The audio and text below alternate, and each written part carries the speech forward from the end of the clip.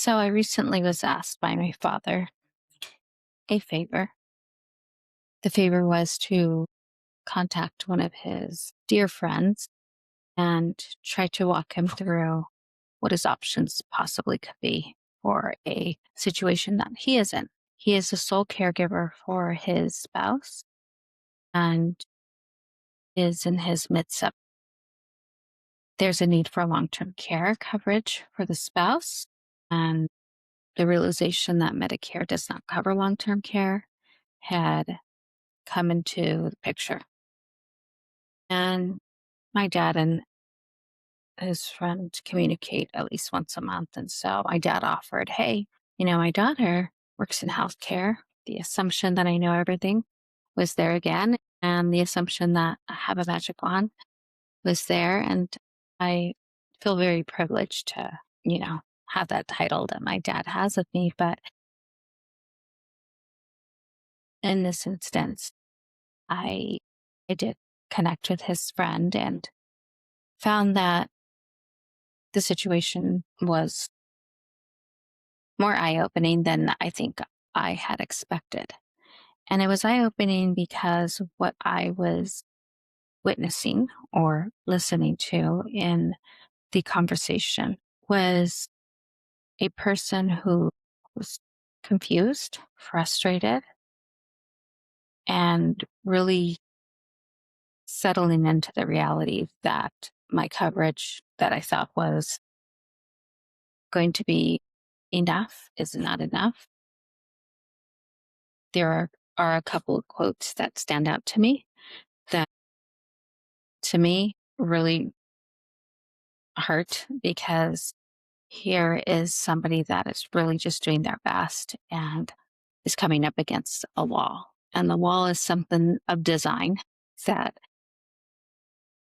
millions of older adults and caregivers face. And that wall is that I do not qualify for the coverage that is going to allow for my spouse or my loved one to age with dignity and get long term care coverage. And that is Medi-Cal. They do not qualify for Medi-Cal because they don't meet the income thresholds.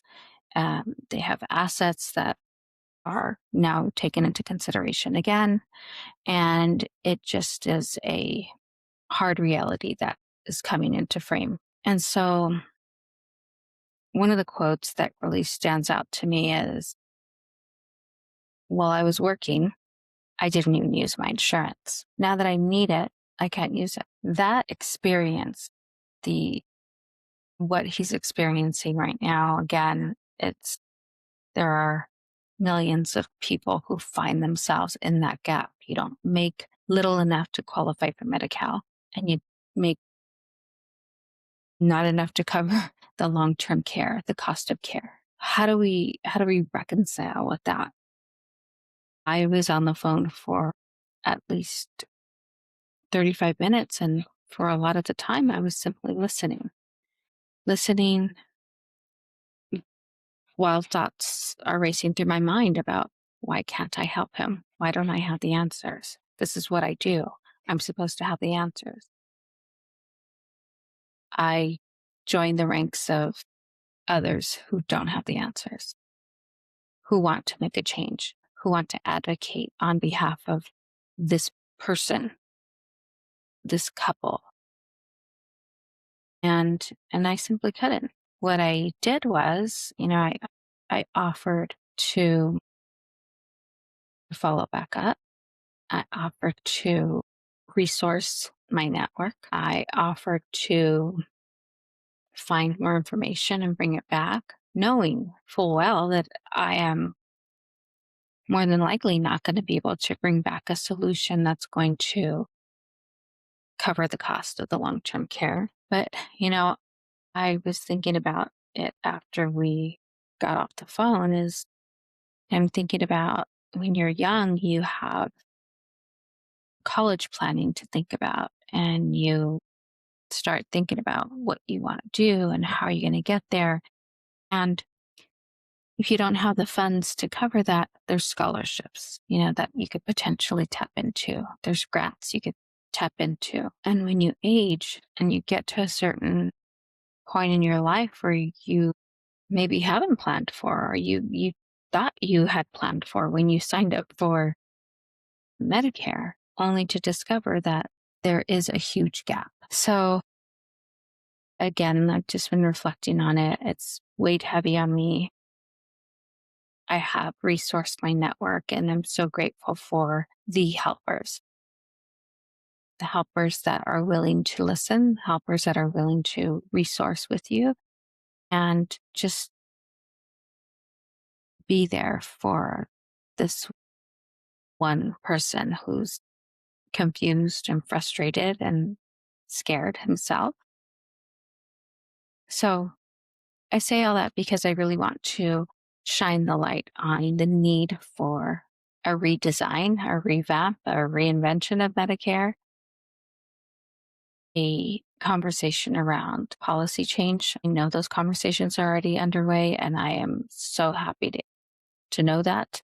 I am also aware that there is a greater need for earlier healthcare literacy. Typically, are having conversations about Medicare planning when an individual is turning 65, and that needs to happen a lot sooner. You know, we know that when a person is a commercial aged person, they typically are not accessing their insurance, their employer coverage insurance. Well, that's great, that's fine. But as they age, they are going to need to know how to navigate and access and who to talk to and what is covered and what isn't. Those conversations need to happen well in advance of retirement. So another call to action is for employers. Make sure that your HR team is empowered with information that is going to be vital for your workforce. Providers, please, please make sure that your patients are aware. Caregivers are listened to. Healthcare literacy is vital to all. And another thing that I also want to acknowledge and call out is this isn't just older adults experiencing it. I know that there are populations of people who are challenged with navigation, whether it's an immigrant person who has a challenge with the language barrier, if it is a disabled person that has a challenge just navigating, finding resources. So one, let's remember to really be those helpers and to step in where you can. Say yes to your parents when they need your help. Do as much as you can for them, their friends, their network. And let's just reimagine as much as we can what it looks like to really age in America and how we can better support the system and how we can better support ourselves and others. And um, yeah, just think about Mr. Rogers, look for the helpers, be a helper, and let's come up with a different design.